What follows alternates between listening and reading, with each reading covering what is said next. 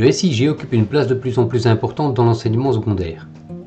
Nous avons construit cette plateforme comme support pour les enseignants. Pour faciliter l'utilisation, la langue peut être adaptée. Les coordonnées des administrateurs se trouvent au bas de chaque page. Pour faciliter l'utilisation des contenus, il est recommandé de vous connecter. Il est préférable de le faire avec un compte scolaire. Vous avez alors accès à un plus grand nombre d'informations et de supports. Si vous n'avez pas encore de compte scolaire, vous pouvez le demander via ce lien. C'est entièrement gratuit pour les écoles fondamentales et secondaires.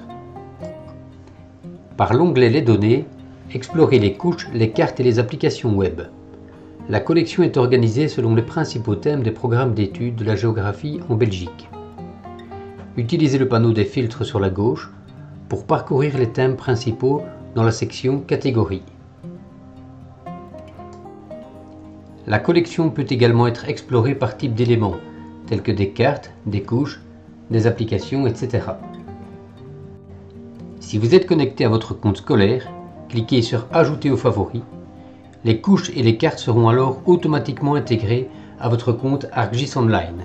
Cliquez sur Afficher les détails de l'élément pour afficher les sources des données et les auteurs ou ouvrir directement la carte ou la couche dans l'interface ArcGIS Online.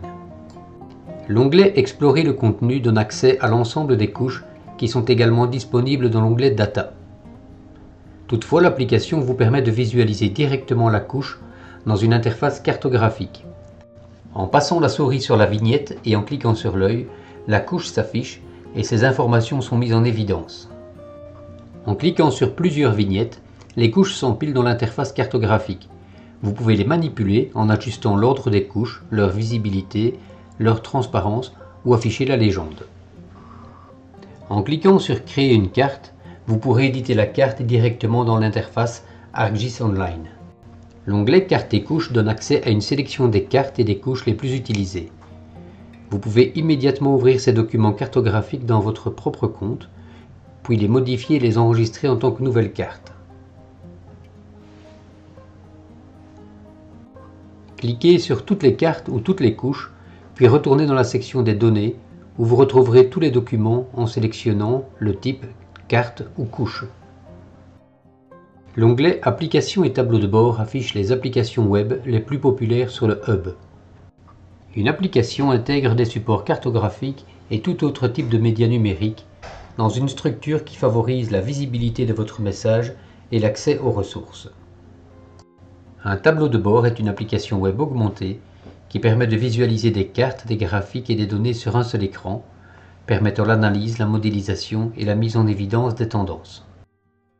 Cliquez sur toutes les applications ou tous les tableaux de bord pour retourner dans la section des données où vous retrouverez tous les documents en sélectionnant leur type.